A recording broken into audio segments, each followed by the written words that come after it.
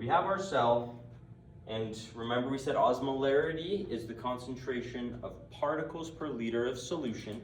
In all of our body cells, our osmolarity is about 300 milliosmoles, okay? That's just a general, not exactly that, but that's what we say. So, what's gonna happen whenever we add a solution to our body, whenever you get a shot of something, whenever you take a pill, stuff is happening to our cells, okay? We're gonna talk about what happens to our cells. Remember we said osmolarity is the concentration of particles per liter of solution. So, let's say we put our cell in a liquid or in a solution that is 400 milliosmoles. This is higher than our body cells, so we are going to say that it is hyper. We'll use purple. We're going to say that it is hyperosmotic, the solution is. Hyper just means more or too much. So hyperosmotic means that it has a higher concentration of particles in it, okay? If we were to change this to like a 200 milliosmoles, now it's less, we would say that the solution is hypoosmotic, because it has a lower concentration of particles than our body cell does. Change it again, we put our cell in a 300 milliosmol thing. It is what's going to be known as isoosmotic. Iso means same. So it's saying that we have the same concentration. Okay, now here's where it gets fun. Now we talked about osmolarity. Now we're going to reference what's known as tonicity. Okay? Tonicity, we'll use down here.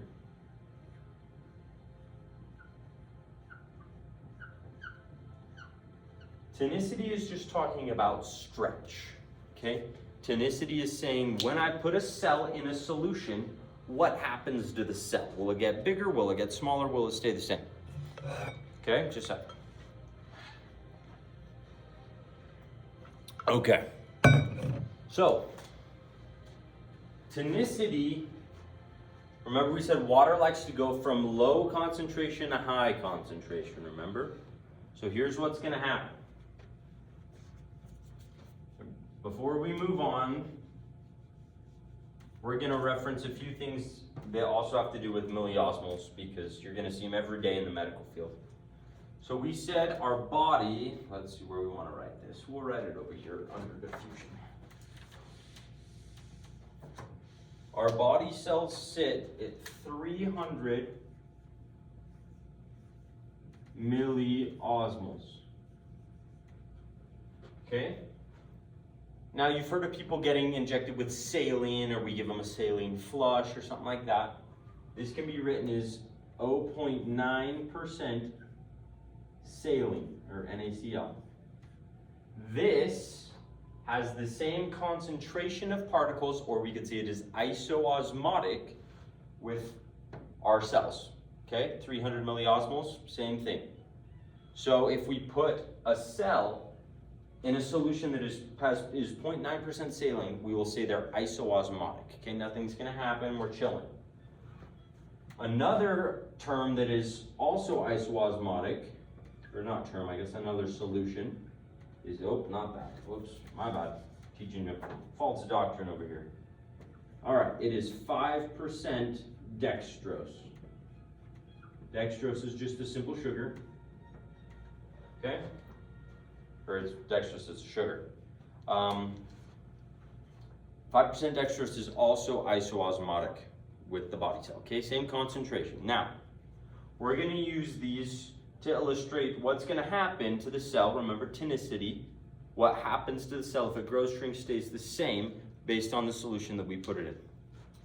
Okay? So, let's say we put our cell in a 0.9% saline mixture. Remember we said that that's the same osmolarity, same concentration as our body cell. So we are going to say that this would be isotonic.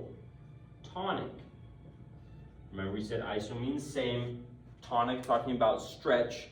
The cell is going to stay the exact same. No water is going to go into the cell, no water is going to leave the cell. Okay, however, let's say that we put in a solution that was 2% saline. That's a lot more than 0.9. So what's happening here is we have a lot more particles on the outside. So where does water want to go? Water wants to go where the high concentration is, wants to go where the party is. So you're going to have water go from the inside of the cell to the outside of the cell. Okay?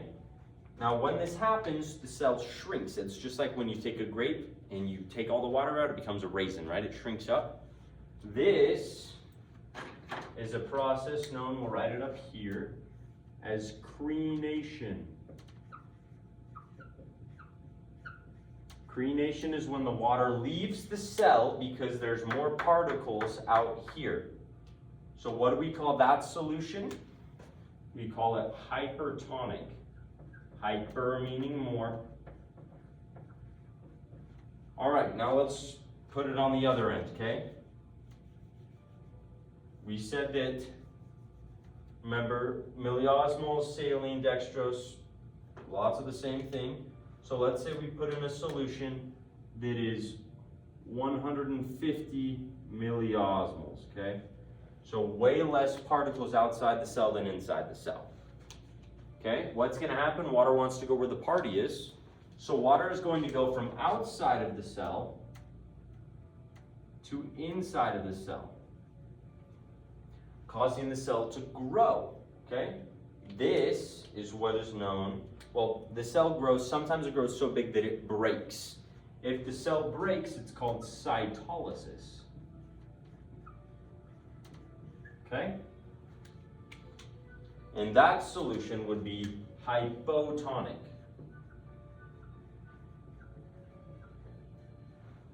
Hypo meaning less, meaning that the solution outside of the cell has less particles than the inside of the cell. Okay? Here's where it gets fun. The reason water moves, right, is because the other particles can't. The bouncer won't let them in, won't let them out, etc. Some particles can move, and that's where things get a little wild.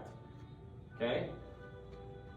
Saline cannot, but dextrose can move in and out of the cell. Okay? So what's going to happen? Let's say we give someone a solution that is 5% dextrose. Okay, so I'm going to draw just a few little dextrose molecules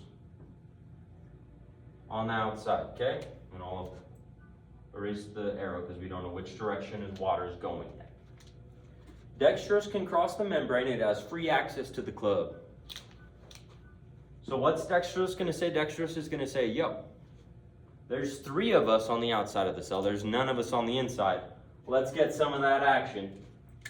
We're going to send in dextrose number 1 to the inside of the cell. So dextrose number 1 goes from the outside to the inside. Okay, so now we have 2 dextrose on the outside, 1 dextrose on the inside. Okay, here's the only problem. As soon as dextrose gets inside the cell, it's metabolized. It's metabolized and all the dextrose goes, whoa, he's gone. Now there's 2 dextrose on the outside of the cell and 0 dextrose on the inside. So they say, all right, we'll send in another one. Okay, so they send in another dextrose. He gets metabolized instantly. Now there's 1 dextrose left. He's going to go on the inside because there's less dextrose on the inside, gets metabolized. So we're out of dextrose. There's no more dextrose left. Now, here's what happens. Now that the dextrose is gone, none of the other particles can cross the membrane. Okay? But we lost 3 total particles from the outside of the cell. The inside of the cell has stayed the same. If there was 10 before, there are 10 after. But let's say there were 10 molecules on the outside of the cell, 3 of those were dextrose, so they were gone, so now there's only 7 molecules on the outside of the cell. So water says, well, there's more particles on the inside, we gotta go in. Water goes inside the cell swells up, okay? So 5% dextrose is considered isoosmotic because there's the same amount of particles at the beginning inside as there were outside. But it is considered hypotonic because after dextrose is metabolized, water is going to go inside the cell, causing it to swell, okay? That is osmosis, okay? Sorry, I keep saying K. All right, we are going to talk about our final topic for the day, which is diffusion or transport.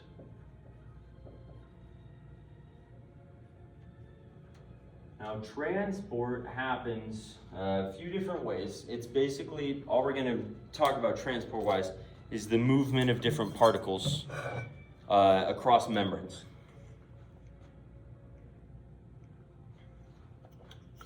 So, a few different ways this can happen. The 2 biggest categories is, does it need help crossing the membrane or does it not need help crossing the membrane?